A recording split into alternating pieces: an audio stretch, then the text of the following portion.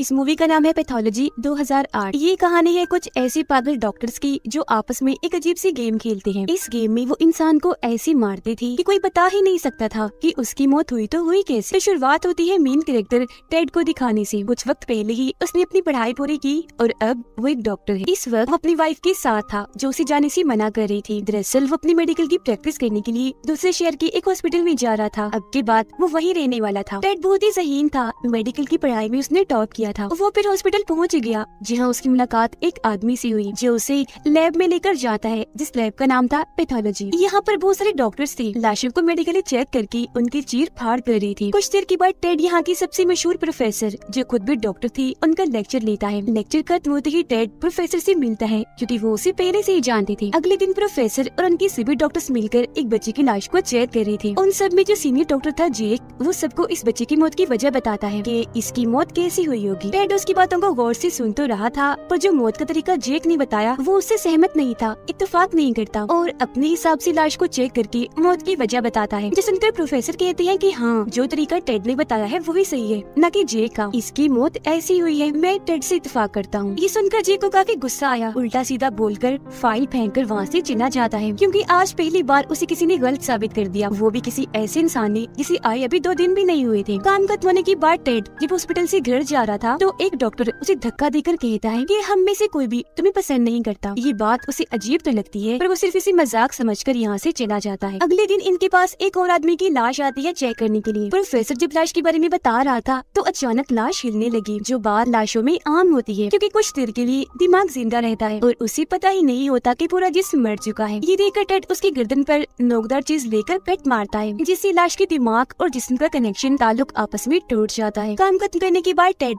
जब वहाँ से जाने लगा तो वो लड़का टेड के पास आया जो उसे यहाँ लाया था। वो टेड को कहता है कि मैं तुम्हारे काम से बहुत मुतासिर हूँ, तुम बहुत अच्छा परफेक्ट काम करते हो, तुम्हारी काबिलियत की वजह से ही मैं तुमसे दोस्ती करना चाहता हूँ। जिसके लिए टेड मान गया और इनकी दोस्ती हो गई। इसी वक्त टेड देखता है कि मेरे साथ काम करने वाले सभी डॉक्टर्स कहीं जा रहे हैं जो उसकी तरफ देखकर अजीब तरह से मुस्कुरा रहे थे। वो कहाँ जा रहे थे टेड को पता नहीं था लेकिन थोड़ा बहुत उसे अजीब लगता है। पर उनको नजरअंदाज करके वो भी वहाँ से चला जाता है। अगले दिन सभी डॉक्टर्स रोज की तरह अपना काम कर रही थी, लाशों को मेडिकली चेक कर रही थी कि तभी टेड के पास जेक आकर कहता है कि चलो तुम भी, हम सब डॉक्टर्स एक क्लब में जा रहे हैं पार्टी करने। टेड का पहले ही दिल नहीं लग रहा था, अपनी वाइफ को वो याद कर रहा था, इसीलिए पार्टी में जाने के लिए मान जाता है। सभी डॉक्टर्स फिर पार्टी में आकर खूब एंजॉय करने लगते हैं, शराब पीते हैं। यहाँ टेड को पता चला कि जो फीमेल डॉक्टर है वो जेक की काफी अच्छी दोस्त है। यहाँ वो सब इस बारे में बात कर रही थी कि क्या ऐसा मुमकिन है हम किसी इंसान को इस तरह मारे कि उसकी रिपोर्ट में उसके मरने की असली वजह पता ही ना चल पाए। वो फिर टेड से पूछते हैं कि अगर तुम्हें मौका मिले किसी को ऐसे मारने का तो क्या तुम उसे मार दोगे। जिस पर टेड जवाब देता है कि नहीं, मैं ऐसा नहीं कर सकता। कल जिस बच्चे की लाश को हमने चेक किया था ना, उस बच्चे को किसी ने सिर्फ उसके लैपटॉप की वजह से मारा था। जान लेना तो इंसानों की फितरत है, फिर चाहे उसके पीछे छोटी से छोटी वजह ही क्यों ना हो। और ऐसे जालिम इंसानों के लिए ही कानून बनाया गया है। यहाँ इस टॉपिक पर हम जितने भी बात करें फजूल है क्योंकि हम किसी को भी मार ही नहीं सकते, किसी में भी इतनी हिम्मत नहीं है। मगर उसे क्या पता था कि ये बात वो जिन लोगों के सामने बैठकर कह रहा है, लोगों को मारने का उनका तो रोज का काम है और उन्होंने ऐसे ऐसे काम किए हुए हैं जिनके बारे में टेड कभी सोच भी नहीं सकता। फिर ऐसे ही लोग बातें करते हैं और पार्टी एंजॉय भी। पूरी रात खूब मस्ती करने के बाद जब जाने लगी तो जेक टेड से कहता है कि मैं ऐसे ही तुमसे दोबारा मिलना चाहता हूँ, पर हाँ अगली बार हम दोनों अकेले हूँ, सिर्फ तुम और मैं। अगले दिन जब ये दोनों मिले तो खूब शराब पीते हैं, नशा करके तेज स्पीड में गाड़ी चलाते हैं। जेक फिर टेड को एक बिल्डिंग के पीछे लेकर जाता है। टेड यहाँ बहुत नशे में था, देखता है कि जेक एक आदमी से बात कर रहा है जो गुंडा है। घर के अंदर आकर वो एक औरत और बच्चे को देखता है। सोच में पड़ गया कि आखिर जेक मुझे यहाँ क्यों लाया है, लेकिन उसे इतना नशा था कि फौरन ही चक्कर खाकर वो गिर जाता है। अगली सुबह जब हुई तो फिर भी टेड का नशा नहीं उतरा। काम करने के लिए जब वो पैथोलॉजी लैब में आया तो देखता है कि आज मेडिकली चेक करने के लिए उस गुंडे की लाश आई है जिससे कल रात जेक बात कर रहा था। और ये देखकर तो झट से टेड का नशा उतर गया। फिर सारे डॉक्टर्स मिलकर उस गुंडे की मौत की वजह प्रोफेसर को बताने लगते हैं। जेक चुपचाप उन सब की बातें सुन रहा था क्योंकि इस गुंडे का खून उसने ही किया था और वो ये बात जानता था कि यहाँ कोई भी डॉक्टर उसकी मौत की असल वजह नहीं बता पाएगा। पर तभी आगे टेड आया और बताता है कि इस आदमी के सर पर वार किया गया है, पर हमला करने से पहले इसे जहर दिया गया। यहाँ वो जहर का नाम भी बताता है, ये कहते हुए कि मारने वाले ने ये जहर इसलिए दिया क्योंकि वो जानता था कि किसी भी लैब में इस जहर के बारे में पता नहीं लगवाया जा सकता, किसी भी रिपोर्ट में इस जहर की जाँच नहीं नहीं होगी। सबसे पहले इसे जहर दिया गया, फिर मारने वाले ने 7 घंटे तक इंतजार किया, जिसके बाद उसने 18 बार इसके सर पर वार किया और फिर जाकर इसे गोली मारी। ये सब सुनकर जेक टेड से मुतासिर तो हुआ, पर उसे काफी गुस्सा भी था कि ये इतना ज़हीन क्यों है, कैसे सब पता लगवा लिया। इसीलिए वो गुंडे का दिल उठाकर टेड के ऊपर फेंक कर मारता है। फिर जेक टेड को काम खत्म करने के बाद मिलने के लिए बुलाता है। टेड जब गया तो जेक उसे हॉस्पिटल की बेसमेंट में लेकर जाता है, जो 100 साल पुरानी थी। वहाँ उसी गुंडे की लाश पड़ी हुई थी। टेड उसे कहते हैं, क्या दिखाने लाई हो इधर? मैं जानता हूँ तुमने इसे मारा है। जेक बोला कि क्या फर्क पड़ता है, इस शहर में तकरीबन लाखों लोग हैं, इसकी मौत से किसी को कोई फर्क नहीं पड़ने वाला। और वैसे भी अगर मैंने इसे मारा तो अच्छा ही किया, एक बुरा इंसान था। और यहाँ रोज रोज लाशों के आने का सिलसिला ऐसी नहीं है, बल्कि ये एक गेम है, मौत का खेल है, जिसमें आओ तुम भी शामिल हो जाओ, बहुत मजा आता है। उम्मीद है तुम्हें भी काफी अच्छा लगेगा। इन डॉक्टर्स में से ही कोई एक डॉक्टर किसी बेकसूर इंसान को मारता था, जबकि बाकी साथी उस लाश को मेडिकली चेक करके बताते थे कि इसकी मौत कैसी हुई होगी और इसे कौन मार सकता है। वो मारने वाले डॉक्टर को मौत होने की वजह बताते थे और ये भी कि तुमने इसे कैसे मारा होगा। ये पागल डॉक्टर्स इस अजीब सी गेम को पिछले कई सालों से खेलते आ रहे थे, पर टेड मना कर देता है क्योंकि उसे लग रहा था कि जेक एक खूनी है जो सिर्फ अपनी मजे एंजॉयमेंट के लिए मासूम लोगों को मारता है। जेक उसे कहता है, मुझे समझ लग गई है, तुम मेरी बात नहीं मानोगे, अगर नहीं मानना तो भाग जाओ फिलहाल इधर से, यही तुम्हारे लिए बेहतर है। टेड जब वहाँ से जाने लगा तो देख लेता है कि इस मौत जैसी अजीब गेम में जेक अकेला नहीं है, बल्कि और लोग भी हैं जो सब मिलकर ये गेम खेलते हैं। ये सब जानकर टेड काफी परेशान हो गया। ये सोच कर उसे सारी रात नींद नहीं आती कि आखिर जेक ने मुझे ये सब कुछ इतनी आसानी से कैसे बता दिया। क्या उसे पुलिस का जेल जाने का कोई डर नहीं? परेशानी की आलम में वो जेक को कॉल करता है, पर उसकी परेशानी मजीद बढ़ जाती है जब जेक उसे ये कहता है कि बेसमेंट में लाश के पास मैं तुम्हारी उंगलियों के निशान और कुछ सबूत छोड़ कर आया हूँ। अगर तुम इस बारे में पुलिस को बताओगे तो पहले वो तुम्हें ही पकड़ेंगे, न कि मुझे। अगले दिन प्रोफेसर टेड को बताते हैं कि गुंडे की लाश के बारे में तुमने जो जानकारी दी थी वो गलत थी। मतलब तुमने बताया था कि उसे जहर दिया गया है, जबकि उसके जिस्म में तो कोई जहर हमें मिला ही नहीं। ये सुनकर जेक काफी खुश हो गया क्योंकि उसे लग रहा था कि मैंने एकदम सफाई से खून किया है, जिसके बारे में कोई बता ही नहीं सकता कभी। पर टेड उसे अकेले में मिलता है और कहता है कि अब मैं सच बताता हूँ, तुमने ये कत्ल कैसे किया होगा। उसे मरा हुआ समझकर हॉस्पिटल लाया गया था, हालांकि वो जिंदा था। फिर तुमने जिंदा ही उसकी चीर फाड़ कर दी, फिर बेसमेंट में ले जाकर 18 बार उसके सर पर वार किया, जिससे उसकी मौत हो गई। ये सुनकर तो जेक की होश उड़ गई क्योंकि टेड सही था और उसने जेक को पकड़ लिया। इसके बाद हम देखते हैं कि टेड परेशान रहने लग गया था क्योंकि वो जान गया था कि मैं पागलों के बीच में रहकर काम कर रहा हूँ। एक दिन जब वो अकेला बैठा था तो जेक की दो सीनी फीमेल डॉक्टर उसके पास आकर पूछती है, क्या तुम इस गेम में हमारे साथ खेलोगी? पर जब टेड कुछ नहीं बोलता तो वो उसे एक पर्ची देते हुए कहती है कि ये हमारे हॉस्पिटल में आया नया केस है, अब इसे तुम देखोगे। फिर जब टेड लैब जाता है तो वहाँ एक जख्मी आदमी को लाया गया था जिसने पहले अपनी वाइफ और 2 बच्चों को गोली से मार दिया और बाद में अपने जान लेने की भी कोशिश की, पर किसी तरह वो बच गया, जिसकी हालत काफी खराब थी। यहाँ टेड को जेक की कही एक बात याद आती है कि कुछ लोगों को जीने का कोई हक नहीं है और वो लोग हैं बुरे लोग जो गलत काम करते हैं। इसीलिए उस आदमी के मुंह में अपना वॉलेट घुसा कर उसका मुंह बंद कर देता है ताकि वो चिल्ला न सके। फिर जहर वाला इंजेक्शन कान में लगाकर उसकी जान ले लेता है। उसे ऐसे करते हुए जेक ने देख लिया था, इसीलिए वो टेड को कहता है कि हो सकता है आज रात तुम्हें नींद न आए, तुम बार बार टीवी पर खबरें देखोगे कि कहीं मेरे बारे में कोई खबर तो नहीं। ये तो नहीं बताया जा रहा कि टेड ने ये खून किया है, लेकिन धीरे धीरे तुम्हें इस बात का एहसास होगा कि इसकी मौत से किसी को कोई फर्क ही नहीं पड़ा और बस उस दिन के बाद तुम सबसे अलग इंसान बन जाओगे, बिल्कुल हमारे जैसे, किसी से ना डरने वाले, बेखौफी लोगों को मारने वाले, फिर चाहे वो अच्छे लोग हों या मासूम लोग। जिसके बाद टेड भी उनकी गेम का हिस्सा बन जाता है।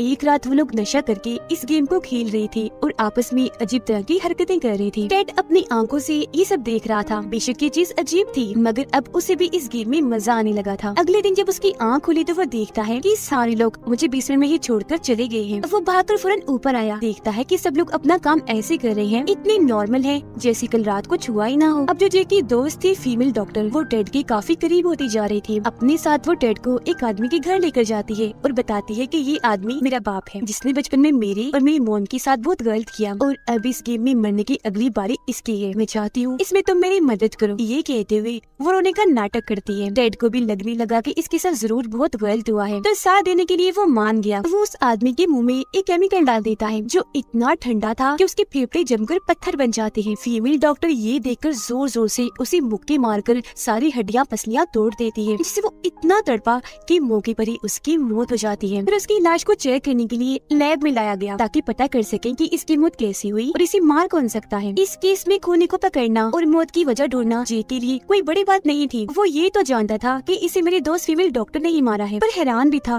कितने लंबे चौड़े ताकतवर आदमी को एक लड़की अकेली भला कैसे मार सकती है। उसे शक हो रहा था, इसीलिए वो टेड के पास आकर पूछता है कहीं इस वाले गेम में तुम चीटिंग तो नहीं कर रही, क्योंकि सभी डॉक्टर्स को अपने अपने मरीजों को खुद मारना है बगैर किसी की मदद लिए, तो कहीं तुमने उसका साथ तो नहीं दिया। टेड हंसकर उसे मना कर देता है कि नहीं नहीं भाई, ऐसा कुछ भी नहीं है जैसे तुम सोच रहे हो। जो सुनकर जेक वहाँ से जाने लगा, पर कहता है अच्छा आखिरी बात, कहीं मेरे दोस्त ने तुम्हें भी तो अपने टेड की झूठी कहानी तो नहीं सुनाई, क्योंकि ये उसकी आदत है, वो सभी के साथ ऐसा करती है। ये सुनकर टेड हैरान रह गया क्योंकि समझ चुका था कि जेक के दोस्त ने मेरे साथ झूठ बोला है। गुस्से में वो उसके पास गया और धमकाने लगता है कि अब तो तुम झूठ बोल गई मेरे साथ, मगर आइंदा ऐसा मत करना, अच्छा नहीं होगा। इसके बाद टेड उनके साथ मिलकर वो सारे लोगों को मारता भी है और मिलकर सभी लाशों को चेक भी करता है, जिसमें बाकियों की तरह उसे भी बहुत मजा आ रहा था। वो लड़का जो उसे यहाँ लाया था, जो उसका दोस्त था, उसे एहसास होता है कि टेड का बर्ताव पहले से अब काफी अजीब हो रहा है। वो अब मेरे साथ ना रहकर जेक के साथ रहता है। एक दिन प्रोफेसर टेड के पास आकर पूछते हैं कि तुम काफी उलझी हुई लग रही हो, तुम्हें कोई मदद चाहिए, क्योंकि टेड अपने काम में ही इतना मसरूफ था, उसे इतना मजा आ रहा था कि वो अपनी असल जिंदगी पर ध्यान ही नहीं दे रहा था। टेड कहता है नहीं तो ऐसी तो कोई बात नहीं है, सब ठीक है, और वैसे अगर आपको मैं थोड़ा बहुत उलझा हुआ लग रहा हूँ तो मैं अपनी वाइफ से मिलने जा रहा हूँ, ठीक हो जाएगा फिर तो सब। फिर टेड जब अपने घर आता है तो उसी वहाँ जेक की दोस्त दिखती है जो उसके जाने से थोड़ा उदास थी, लेकिन फिर भी टेड अपनी वाइफ के पास आ ही जाता है कुछ दिन गुजारने के लिए। उसकी वाइफ भी साफ साफ देख पा रही थी कि टेड थोड़ा बदला बदला सा है, लेकिन टेड उसका ध्यान भटका देता है कि ऐसा कुछ नहीं है और सब कुछ उससे छुपा कर रखता है, कुछ भी नहीं बताता। अब जब उसके वापस जाने का वक्त आ गया तो उसकी वाइफ भी साथ जाने की जिद करती है। टेड उसे साथ ले जाना तो नहीं चाहता था, पर उसकी बार बार जिद करने पर वो मना भी नहीं कर पाया। वापस आकर जब टेड के घर आए तो वहाँ खून के निशान थे। अब इससे पहले कि उसकी वाइफ देखती, टेड सारे निशानों को साफ कर देता है, लेकिन फिर भी वहाँ टेड की वाइफ को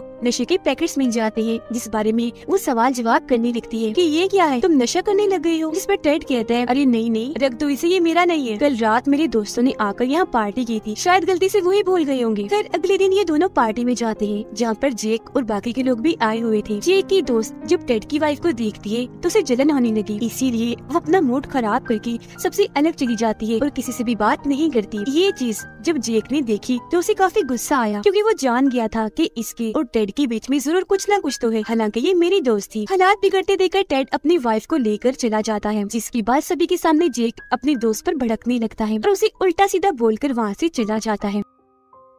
घर पर जब टेड और उसकी वाइफ सो रही थी तो आधी रात को उसके पास जेक की कॉल आई। टेड को लगा कि शायद वो मुझे गेम खेलने के लिए बुला रहा है, तो फौरन चला गया, लेकिन वहाँ जाकर तो टेड की होश ही उड़ जाती है, क्योंकि जेक ने 3 लड़कियों का खून कर दिया था। खुद भी वो पागलों जैसी हरकतें कर रहा था, जैसे बार बार घूम घूम कर गिर रहा था। टेड उस पर गुस्सा करता है कि तुम बहुत गलत कर रहे हो, गेम के नाम पर ऐसे तुम लोगों को नहीं मार सकते, एक साथ इतने सारे लोगों को। पर जेक उसे कहता है कि अपनी बकवास बंद करो, मैंने तुम्हें यहाँ बस वार्निंग देने के लिए बुलाया है, मेरी हर चीज से दूर रहो, मेरी दोस्त से भी दूर। बेशक मैं जानता हूँ कि इसमें तुम्हारी कोई गलती नहीं है, सब मेरी दोस्त कर रही है, वही तुम्हारे पीछे पड़ी हुई है, इसलिए मैं तुम्हें कुछ नहीं कर रहा, जाओ यहाँ से। टेड जब अपने घर आया तो उसके घर के बाहर जेक की दोस्त उसका इंतजार कर रही थी। हालांकि टेड उसे यहाँ से जाने का कहता है, पर वो उल्टा उसके साथ ही अजीब हरकतें करने लगी और उसे ऐसा करते हुए जेक देख लेता है। इसका मतलब था कि यहाँ कोई किसी का सगा नहीं था, सभी एक दूसरे को धोखा दे रहे थे। अगले दिन टेड जेक को कहता है कि बस बहुत हो गया, अब मैं इस गेम को नहीं खेलना चाहता। इस पर जेक जवाब देता है कि ऐसा नहीं हो सकता, कोई भी इस गेम को नहीं छोड़ सकता, अगर तुमने ऐसा किया भी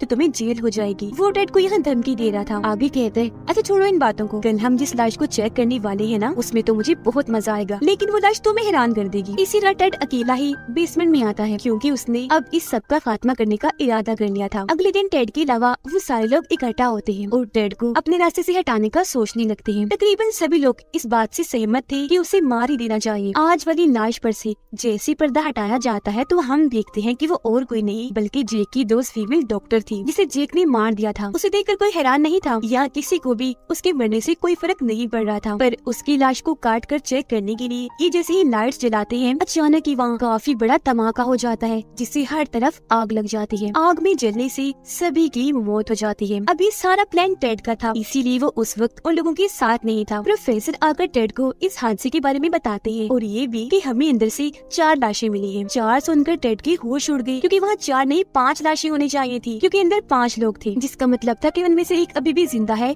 जो बचकर वहाँ से भाग गया। अगले सीन में हम देखते हैं कि वो आदमी और कोई नहीं बल्कि जेटी है, जो अपना बदला लेने के लिए टेड की वाइफ के पास उसके घर जा रहा है, जहाँ वो उसकी वाइफ को मार देगा। सारी बात जानकर टेड घबरा गया, फौरन अपनी वाइफ को कॉल करने लगता है, लेकिन जब उसकी वाइफ कॉल नहीं उठाती तो वो और परेशान हो गया, फौरन अपने घर के लिए भागने लगता है। लेकिन जब तक घर पहुँचता काफी देर हो चुकी थी, क्योंकि उसकी वाइफ की मौत हो गई थी। उसे मरा हुआ देखकर टेड टूट गया, गले लगाकर फूट फूट कर रोने लगता है और इस सब का जिम्मेदार खुद को समझ रहा था। अगले दिन प्रोफेसर उसके पास आकर कहते हैं कि मुझे तुम्हारी वाइफ की मौत का बहुत दुख है। टेड कहता है कि मैं नहीं चाहता मेरी वाइफ को और कोई हाथ लगाए, तो उसकी लाश को मेडिकली चेक मैं करूंगा। जिसके बाद टेड उसकी मौत की वजह जानने के लिए अलग अलग टेस्ट करने लगता है। लाश को काट कर अपनी रिपोर्ट में वो लिखता है कि मेरी वाइफ को एक जानलेवा बीमारी थी, उसकी वजह से ही वो मारी गई। एक रात जब वो देर तक काम कर रहा था तो चुपके से जेक यहाँ आ गया और टेड पर हमला करके बेहोश कर देता है। फिर उसे होश में लाकर कहता है कि मैं तुमसे अपनी इस हालत का बदला लेने आया हूँ जिस हालत में मैं आज हूँ। फिर वो टेड की वाइफ की रिपोर्ट पढ़कर हंसने लगता है, ये बनाई है तुमने रिपोर्ट बीमारी वाली,